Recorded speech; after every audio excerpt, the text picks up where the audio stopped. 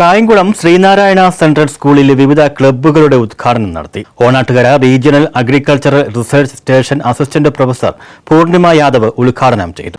Sreenarayana central സ്കൂളിൽ 2025-2026 അധ്യയന വർഷത്തെ വിവിധ ക്ലബ്ബുകളുടെ ഉദ്ഘാടനം നടത്തി. Onattukara regional agricultural research station assistant പ്രൊഫസറായ ഡോക്ടർ പൂർണിമ യാദവ് ഉദ്ഘാടനം നിർവഹിച്ചു. ഗ്ലൈസമിക് ഇൻഡെക്സ് മീൻസ് ഒരു ഫുഡ് നമ്മൾ കഴിച്ചു കഴിയുമ്പം how fast that sugar or the carbohydrate comes into the blood, എത്ര പെട്ടെന്ന് നമ്മുടെ ബ്ലഡിലോട്ട് വരുന്നു. ഇപ്പൊ ഫോർ എക്സാമ്പിൾ മരച്ചീനി, എനിക്ക് ഭയങ്കര ഇഷ്ടമുള്ള ഭക്ഷണം മരച്ചീനി അല്ലെങ്കിൽ ചോറ്, ഇത് നമ്മൾ കഴിക്കപ്പം അരി റൈസ് ഇത് നമ്മൾ കഴിക്കപ്പം വളരെ ഫാസ്റ്റ് ആയിട്ട് നമ്മുടെ ബ്ലഡിലോട്ട് ഈ പഞ്ചസാര വരും. But in the case of millets this glycemic index is very low. That means അത് വളരെ സ്ലോ ആയിട്ടായിരിക്കും ബ്ലഡിലോട്ട് വരുന്നത്. ബുദ്ധിപൂർവ്വം ഭക്ഷണം കഴിച്ച് ശക്തരായി ജീവിക്കാൻ ചെറുധാന്യങ്ങൾ തിരഞ്ഞെടുക്കൂ എന്നതായിരുന്നു ഈ വർഷത്തെ മുദ്രാവാക്യം.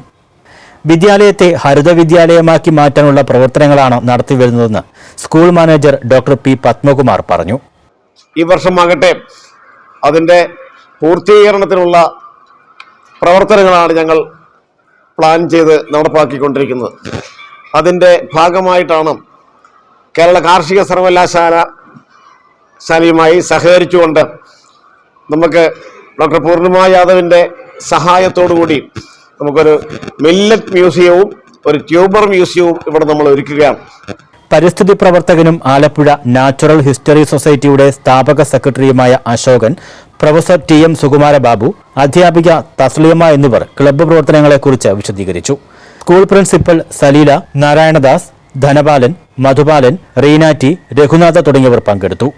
News bureau, Kayamkulam.